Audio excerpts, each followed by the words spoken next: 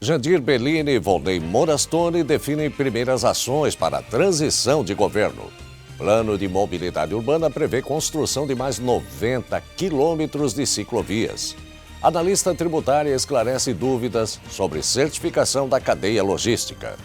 6 de outubro de 2016, o Jornal da Câmara já está começando.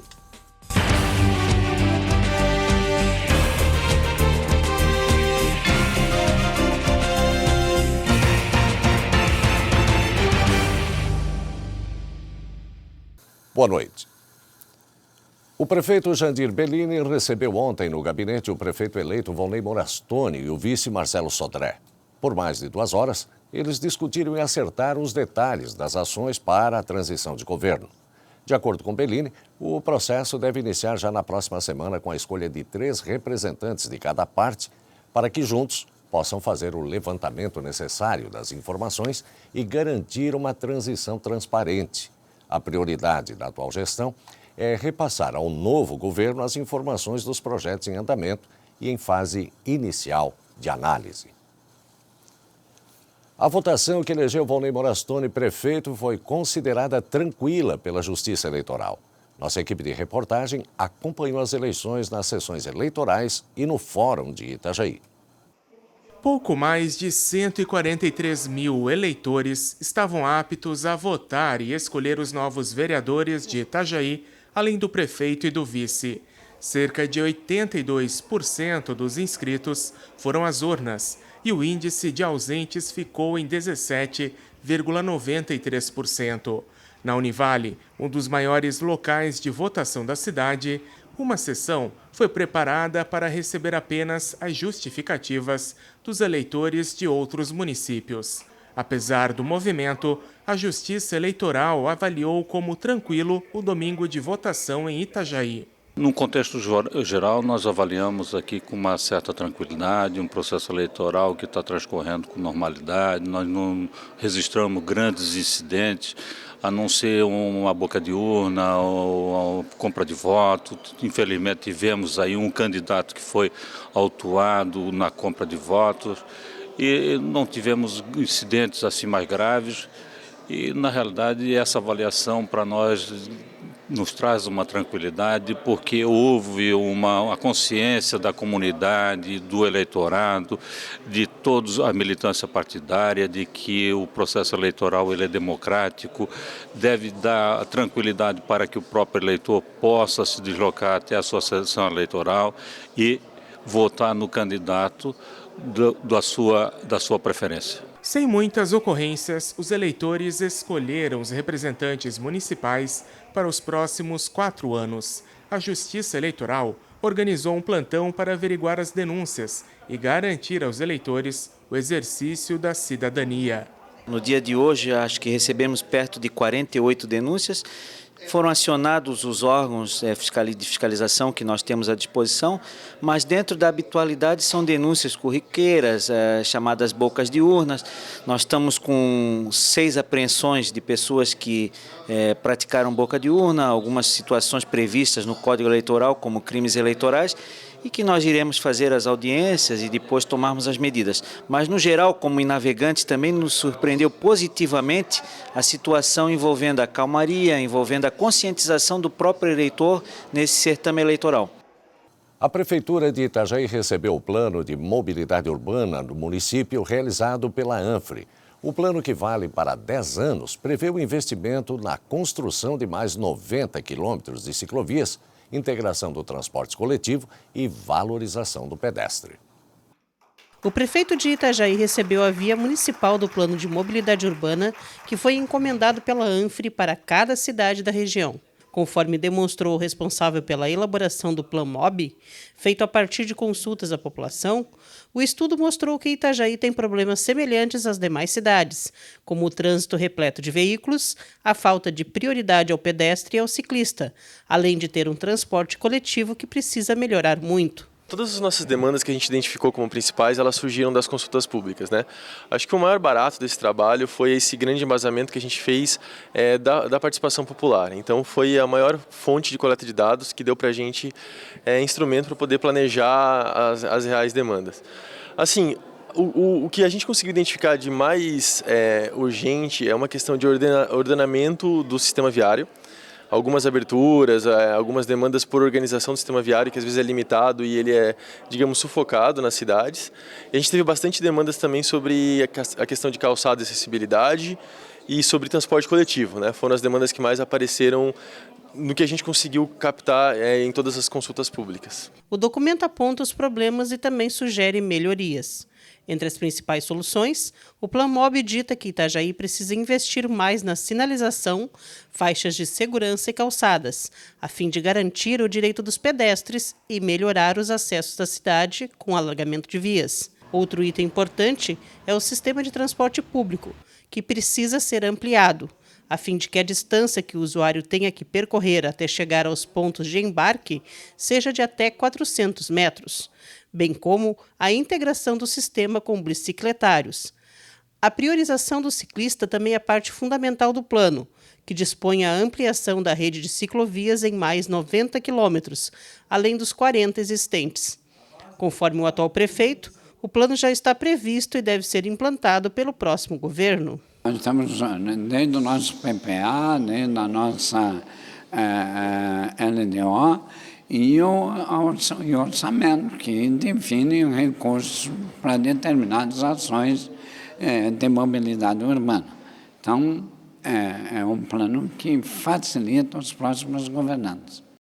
E você vai ver em instantes. A analista tributária esclarece dúvidas sobre a certificação da cadeia logística.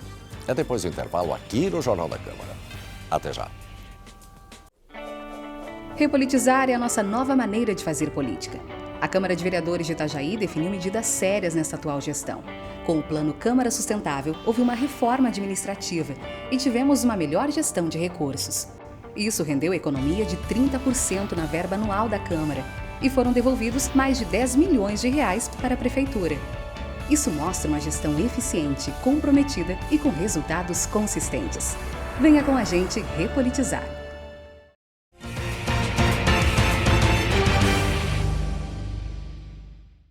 Até o final deste mês, a fachada do prédio da Câmara de Vereadores de Itajaí está com uma iluminação cor-de-rosa.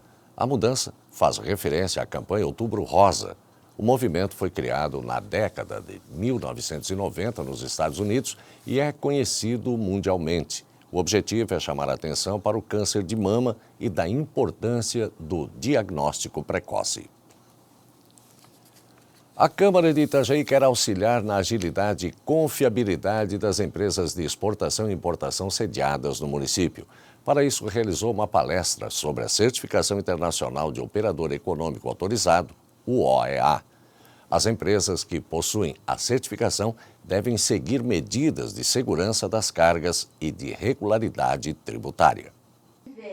No plenário da Câmara de Vereadores de Itajaí, representantes da cadeia logística de exportação e importação ouviram a analista tributária da Receita Federal, Elaine da Costa, expor os benefícios e os passos a serem seguidos para que as empresas conquistem a certificação OEA, Operador Econômico Autorizado. Conforme a palestrante, ao ser um OEA, o operador tem agilidade na liberação de sua carga, pois é cumpridor das determinações que a certificação exige. Essa empresa ela vai ter que ter uma série de procedimentos para garantir que a carga, muitas vezes fechada lá no container, na hora da saída dessa empresa, seja a mesma que chega no porto e do porto seja o mesmo que está embarcando, né? Então, existe uma série de procedimentos a serem adotados, lacres, pessoal especializado para estar trabalhando, os terceiros que trabalham para essa empresa também serem certificados no programa OEA de exportação, mais ligado à segurança física da carga, para que essa carga não tenha, por exemplo, drogas ou armas que possam estar sendo exportadas no local da carga original, né, a carga declarada. A palestrante também frisou que a certificação garante que as cargas que entram ou saem do país estejam com os impostos e taxas regulares, facilitando o trabalho da Receita Federal. O programa OEA é um programa de certificação tanto em relação à segurança física da carga, quanto na conformidade do cumprimento das obrigações tributárias e aduaneiras. Na verdade, é um tratamento diferenciado para as empresas cumpridoras das normas. Essas empresas demonstrarão previamente ao despacho que são cumpridoras dessas normas, né, e que têm procedimentos adotados internamente para classificação fiscal, para valoração aduaneira, e com isso ela teria o benefício de ser menos selecionada, né? Ela teria maior percentual de canal verde.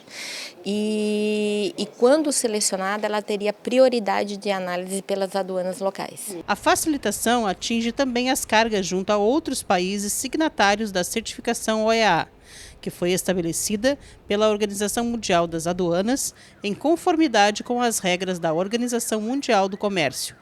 Os documentos e procedimentos necessários para conseguir o certificado estão na página da Receita Federal do Brasil na internet. Nos primeiros 9 meses deste ano, Itajaí já registrou 386 casos de abuso e violência sexual contra crianças e adolescentes. Os dados foram apresentados no seminário organizado pelo CONDICA para lembrar o Dia Estadual de Combate à Violência e à Exploração Sexual Infanto-Juvenil.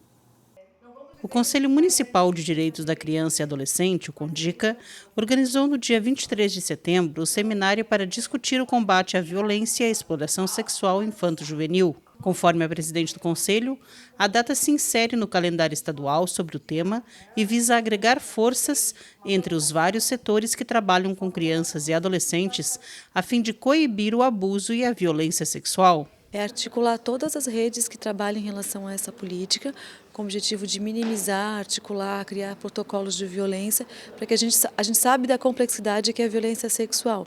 Mas se a gente junta aqui os atores que atuam com essa demanda, a gente pode criar aí nós temos que criar agora um plano decenal de atendimento à criança e adolescente por 10 anos. E a gente sabe que o índice de violência sexual é um índice altíssimo. Então hoje o objetivo é aqui juntar a rede para que a gente possa minimizar essa violência. Quando você fala na rede, que atores estão inseridos? Que tipo? Saúde, educação, assistência? Todos. As políticas principais onde a criança está inserida, né? Essas que você citou, Conselho Tutelar, o CREAS, o CRAS, onde as famílias são atendidas, a delegacia, né? Onde recebe essas denúncias. Então que a gente possa articular essa rede junto com o Conselho de Direitos que norteia essa política para que a gente possa garantir e minimizar essa violência aí.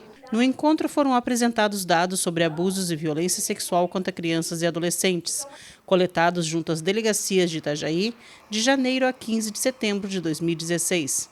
A Delegacia da Mulher e da Criança teve 218 casos atendidos. Já na Central de Polícia, foram feitos 168 boletins de ocorrência, o que totaliza 386 casos registrados em Itajaí. Conforme as especialistas que participaram do seminário, as leis trouxeram avanços, mas ainda estão longe de serem eficazes na proteção contra esse tipo de violência que foi construída histórica e culturalmente no país. Numa sociedade que é marcadamente a nossa sociedade brasileira, que privilegia e que de certa forma cultua a questão da violência, de todas as formas de violência, e que nós, desde 1988, então nós temos constantemente reordenado o nosso ordenamento jurídico, as leis, né, e, consequentemente, as políticas públicas, que são os instrumentos de enfrentamento, que vai muito ao encontro do reconhecimento da criança e adolescente como sujeito de direito e não como objeto, né, dos adultos em qualquer relação social. O combate passa pela mudança cultural, pois a ocorrência de violência sexual contra crianças e adolescentes não distingue cidade ou campo, nem classe social.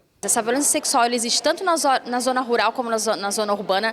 Na zona rural, até um certo tempo atrás, era mais difícil você detectar, até por uma questão de comunicação, certo? As casas mais distantes uma das outras, as famílias muito mais fechadas nesse sentido, só que essa violência está em todos os lugares. Ela polula em todos os lugares, dentro das casas, principalmente dentro das casas. Nós estamos falando aqui da ideia do privado, né? No Brasil, a gente tem essa diferenciação muito grande entre o público e o privado. Existe aquilo que a Gita Deber chama de uma hipocrisia social, em que as pessoas não têm coragem de versar, de trabalhar e dialogar sobre essa questão. E mais importante do que isso, a gente não pode simplesmente falar de vítima e agressor, porque existe todo um comportamento social e cultural de brasileiros e brasileiras que também condiciona as pessoas a se comportarem desta forma. E o Jornal da Câmara de hoje fica por aqui. Mas você também pode assistir esta edição pelo YouTube no canal da Câmara de Vereadores de Itajaí. Uma excelente noite e até amanhã.